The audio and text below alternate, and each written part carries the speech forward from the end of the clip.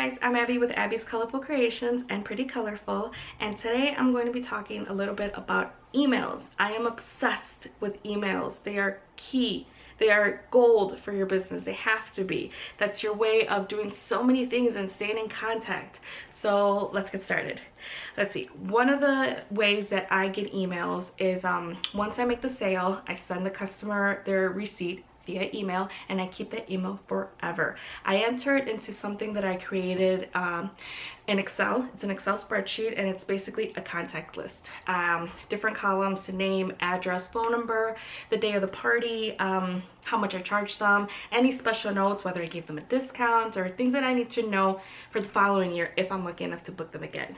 And their emails. The last column is always their email. Once I enter it in there, I put it in Outlook Calendar. Invest in that. I'll talk a little bit about Outlook Calendar toward the end of the video.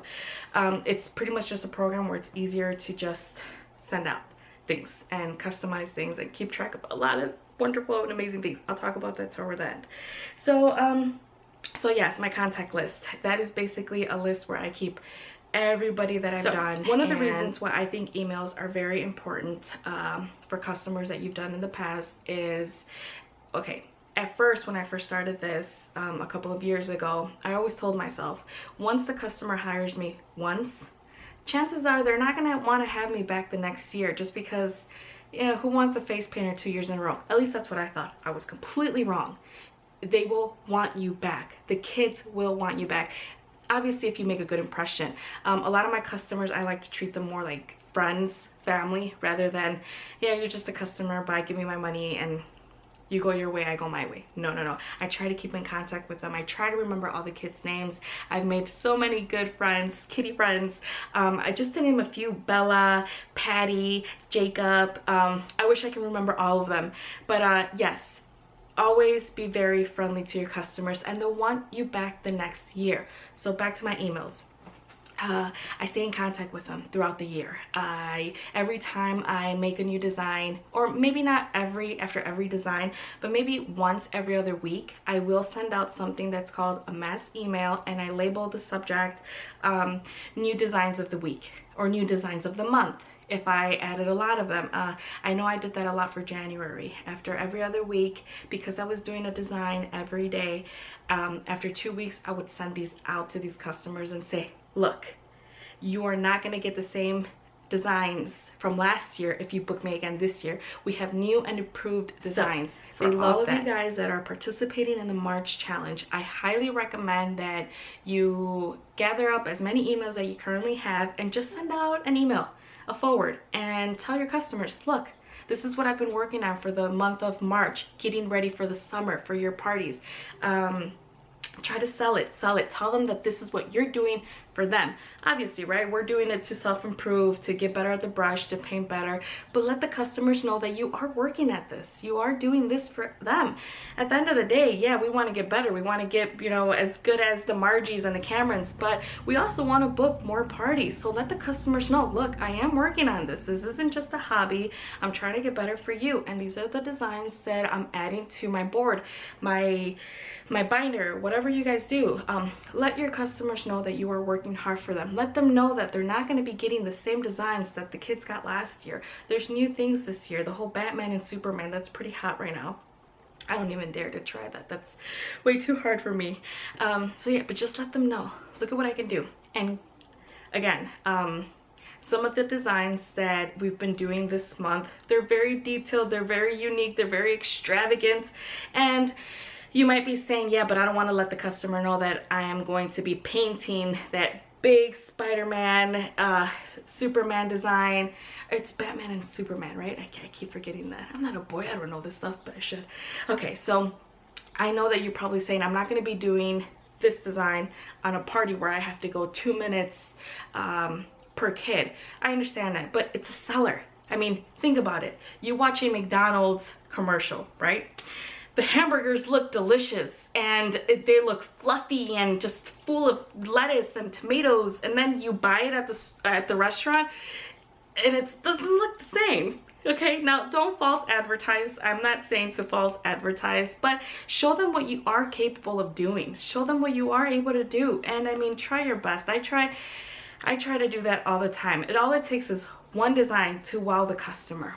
If they know that you're selling this type of doc McStuffins detail design online, and then when the daughter wants it at her party, just say, you know, I'll do it for you because you're the birthday girl, but the rest of them have to get something smaller, okay babe, so that, you know, I can get through the line a little faster. Sell it.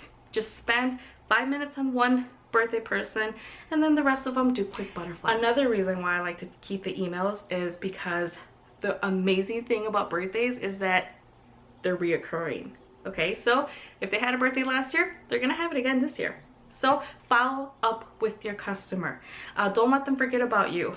Sometimes, you know, the host is pretty busy. They have a lot of things in mind. I know that when I had my daughter's first birthday, I had an amazing cake person. If you were to ask me who made that cake right now 5 years later, I'm clueless. I lost their card. I don't even know if I contacted them through Facebook. I lost them. So don't let yourself get lost. Do not. So what's a good way to keep in contact with them?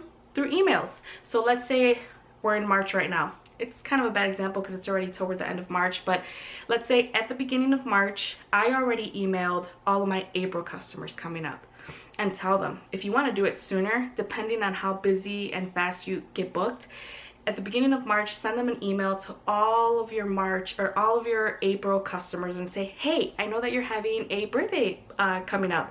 Would you like to book again? I can give you a 10% discount for, you know, I give a 10% discount for all of the returning customers. And that's really what I do. I don't know if you guys want to do the whole 10%, but I do that with all the customers. Whoever is a returning customer, I give them a 10% discount.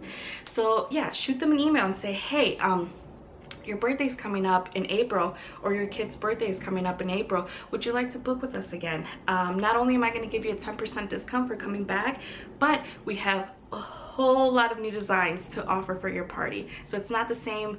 So you're not purchasing the same service and the same pricing and the same everything. No, it's new and improved pricing, new and improved designs. They'll love that. So contact them. And that's why when I enter them into Outlook, the emails, when I enter the emails into Outlook, I categorize them by month. This way, if I'm gonna do a more personal email, then yes, I don't have to do all the clicking and everything. But if I'm gonna do one mass email to all of my April customers, all I have to do is click on the April 2015 customers according to their category, and it'll go out to all of them. So I hope I explained that correctly. That is why when I enter emails into Outlook Calendar, I categorize them under the month that I did the birthday party on. Once I'm ready to send out one mass email, I just click on the May 2000 or April 2016 customers and I shoot it out. So that's another reason why I like to keep emails. Keeping in contact with the customers. It's all about keeping your foot in the door. It's all about not, what is that saying? Out of sight, out of mind. Like I said, I have no idea who my birthday person or my birthday cake person was for my daughter's birthday, and don't let that happen to you. Out of sight, out of mind. Don't stay out of sight. Stay in their sights. Keep in contact. Plant that seed in their head. I wanted to take this time to tell a little story about what just happened with one of my friends online, one of my face painter friends. She's in a different state, but she contacted me and said, oh my god, like I booked McDonald's. Yes, I was so happy for her. You know, everybody wants a good restaurant chain like that in their, you know, in their resume, to just say, I do McDonald's, I do Chick-fil-A's, I do Buffalo Wild Wings. So the fact that she got McDonald's, I was so happy for her. And then she says, but I'm already booked. It's like, oh no, okay. So she wasn't able to do the McDonald's job, but I asked her, how did this person contact you? And she said, through email. And I got so obsessed and I attacked her right away, like, okay, good, you know, this email is great, this, just keep it forever, and this is what you're gonna do. So, I'm sure she knew all that, but I just want to explain to you guys why I got so obsessed over this email. I believe they were going to, well, I'm assuming that because my friend was already booked, they want a face painter, they're gonna look somewhere else. And that's where it's like, oh no, don't let this customer get away. Even though you can do it this one time, don't let them get away, because it's kind of not fair that, you know, you're the one that's been doing all the advertising for McDonald's and you finally get them, you're booked, and Now another person is going to get that job out of your hard work. So just keep that email is what I told her. And what I'm thinking right now is that there's a couple of things that you can do. There's a couple of things that I would do. Maybe a week after the event, I would email this person and say, hey, once again, I'm really sorry that I wasn't able to attend your event. It was such a great event that I wish I would have been there. Please, here's my number, my personal number. Give me a call during the next one. I would love to attend. Sincerely, Abby from Abby's Colorful Creations, send. So hopefully that'll kind of, you know, they're gonna read this letter and say, okay, cool. They're gonna push it away probably. McDonald's, I'm sure they're very, very busy. But you send that and, okay, now this is what I mean by planting a seed in their brain. Keep active. It's part of sales. I know that some of us, we're face painters and we're not really salespeople, but we have to be. We just have to be. No matter how much we hate it, we have to be. I know you don't want to be so spammy and annoying, but you may have to be spammy and annoying. That's what a salesperson is. Have you ever been to the mall and you're just walking and then people just attack, whether it's for a massage or a hair straightener, and they're right in your face? That's what you have to do via email in a way. Okay, so now that my friend sent this email out a week after, maybe in 2 weeks, I would probably tell my friend, you know what, okay, now send them these designs. Your McDonald's, your seller designs is what I mean, the ones that you've been doing for the March challenge, and say, hey, just a reminder, we're having a special. I don't know, whatever you want to say in this email, just, you know, just to plant the seed. Don't let them forget about you. Out of sight, out of mind, remember? So you send this email, short and simple, not too much wording. Like I said, these people are busy. So, but at least now they've received 2 emails from you. The 3rd email, wait a couple of weeks, maybe a month and a half even, and then send another one. Hey, I'm still here type of, you know, email. Again, here are some more designs. I'm having a summer special. I'm having a June special.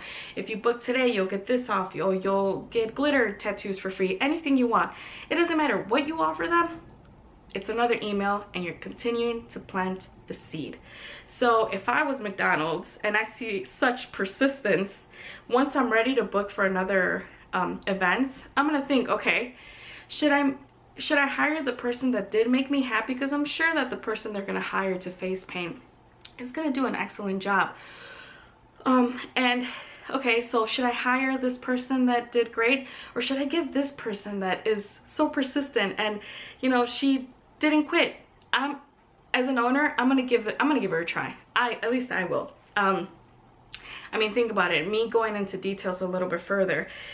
At McDonald's, a face painter just told me no. McDonald's, she has to be good. She's booked. I called her either last minute or I don't know how much in advance I called her, but I mean, if she's already booked, she has to be a good company. I mean, and the fact that she told me no, me, McDonald's, I would be like, yeah, I want to get her now too. So that's just my opinion. So yes, I just wanted to share that little story with you as to why I attacked when I heard that they had contacted her. Another little thing that I wanted to cover just really briefly is about the birthday club. That's another way that I get a lot of my emails from. I read an article or a blog from Marcella on PaintPal a couple of months ago, and she touched the birthday club. Well, the blog was about restaurants. And then in that blog, she spoke a little bit about birthday clubs. So I kind of just took it and went with it. And I've just kind of been running with it, just playing with it is what I mean. I'm sorry. So I contacted a lot of restaurants. And unfortunately, restaurants are not going to pay your full regular pricing per hour. They're just not. And that's one of the things that Marcella said in her blog. So I brought down my pricing and they all started rolling in, which is great. The good thing about that is that they book during the weekday, so it doesn't even interfere with my weekend jobs. So if I'm not charging my regular 100 and something dollars per hour, it's fine, because at least I'm making 40-50 bucks instead of just sitting at home. So because they are not paying full price, we have to become even bigger salespeople during those events. Have a lot of business cards, have your tip jar. If they offer food, take it. I usually don't at private parties, but if Chick-fil-A tells me, do you want a sandwich? Oh yes, yes, I will definitely want a sandwich. Yes, thank you so much, especially if they're not paying full price like I said. So another way of getting emails is through the birthday club. You can't just say, I have a birthday club, give me your email. You have to actually do stuff for the birthday club, and I'll make another video and I'll touch that subject in that video. But right now, like I said, I just made this form that says parent's name, address, your child number one's name, how old they are, what's your parents' email, and that's how I contact them. Once you get that email from the parents, the kids are always going to want to sign up. They hear free stuff, they hear a birthday club, they get excited, the parent feels committed to sign them up, and in order to sign them up, I need your email. So again, back to that email thing, emails, emails, emails. I'm sure there's so much more that I do with emails, but those are just some of the few subjects that I wanted to cover with you today. If you guys have any questions, let me know. You know what, I did say I was going to touch Outlook calendar a little bit. I'm obsessed with it. I used to work with it a lot when I was an office manager. It keeps track of your contacts, your tasks, your calendar. That's what I use for to keep track of all my bookings. That's what I use to keep track of everything I have to do on a daily basis, and my contacts. So basically, if I enter all my contacts, I organize them per month or however you guys want to do them. You have everything. It's like this, it's like the brain. I feel like this Outlook calendar for me is like my brain of my business. So it makes it very easy for you to just open up an email, say I'm gonna email all of my May customers because that's coming up, and I get pretty booked pretty fast for May, so I think I am gonna do it earlier this time, and just say, okay, click all the May, subject, getting ready for your May party or your birthday party is coming up, and then just whatever you want to advertise and just send out, and it's already organized. You don't have to go back to your files or your receipts or your contact list. You can just have it all organized in your Outlook calendar. So yes, invest in it. I think it's a great way to stay organized. I'm big on organization, and it's just very convenient. So again, I think it's either 150 per software or 150 per software. But I didn't buy that because it's a lot of money, 150. I did the $60 for an entire year of subscription. So go for it, try it out. If you guys have any questions, let me know on that or on the whole email situation.